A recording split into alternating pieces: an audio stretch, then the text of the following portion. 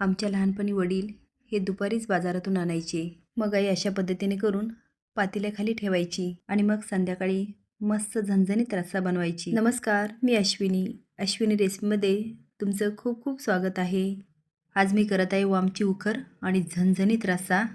याला मुंबई मासा पण म्हणतात. याची उखर तर अप्रतिम लागते.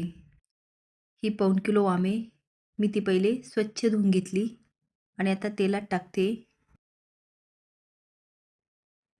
त्यानंतर घालत आहे हळद, 2 चमचे धना पावडर, त्यानंतर आपल्या चवीनुसार मीठ. आता हे सगळं तेलामध्ये व्यवस्थित परतून घेते. आता आपल्याला परततानाच कळतं की हा मासा शिळा आहे की ताजा. तर तो कसा ओळखायचा? जर आपण परतत असलो आणि हा मासा तुटायला लागला तर समजायचं की तो शिळा आहे, आणि तुटला नाही तर तो फ्रेश मासा आहे म्हणजे ताजा.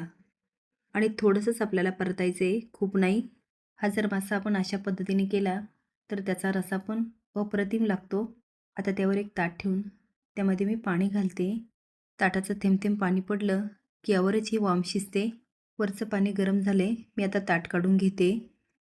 त्याला व्यवस्थित पाणी सुटलेलं आहे. याने काय होतं, मीठ, धना पावडर आणि हळद त्या फोडीमध्ये छान मुरली जाते.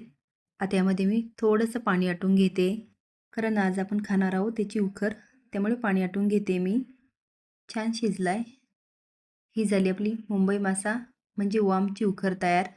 आता ही बाजूला काढून ह्याच कढईमध्ये मी रस्सा करून घेत आहे.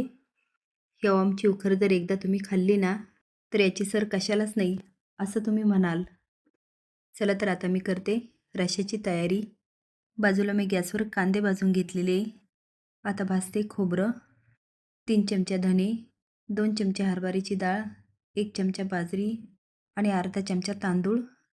भाजलेला कांदा तेलामध्ये परतून थोडीशी हळद टाकली, 5 ते 6 हिरवी मिरची, 20 ते 25 लसणाच्या पाकळ्या आणि 4 अद्रकचे तुकडे. सगळा मसाला बारीक करून तेलात हिंग आणि हळद घातली आणि वाटलेला सगळा मसाला टाकला.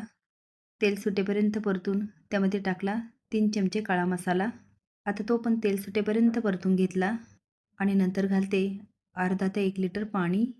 आता आपल्याला रस्सा केवढा करायचा त्यावर पाणी घालायचे. रश्श्याला एक उकळी आणून मंद आचेवर 10 मिनटं उकळून घेतला. आता यामध्ये टाकते वाम. हे आपण पहिले शिजवलेले आहे, तरी आपल्याला छान उकळी घ्यायची आहे. म्हणजे काय होणार, माशाची चव त्या रश्श्यामध्ये उतरणार. बाकीचे मासे कसे रश्श्यामध्ये लगेच तुटतात, तसे हे नाही तुटत. त्याच्या फोडी छान फुलतात. मी पहिला रस्सा टेस्ट केला आणि नंतर थोडंसं मीठ घातलं, कारण माशाची उखर करताना पण मीठ घातलं होतं. आता मंद आचेवर मी उकळी घेतलेली आहे. आता त्यावर घालते बारीक चिरलेली कोथिंबीर आणि याच्याबरोबर केल्या मस्त बाजरीच्या भाकरी.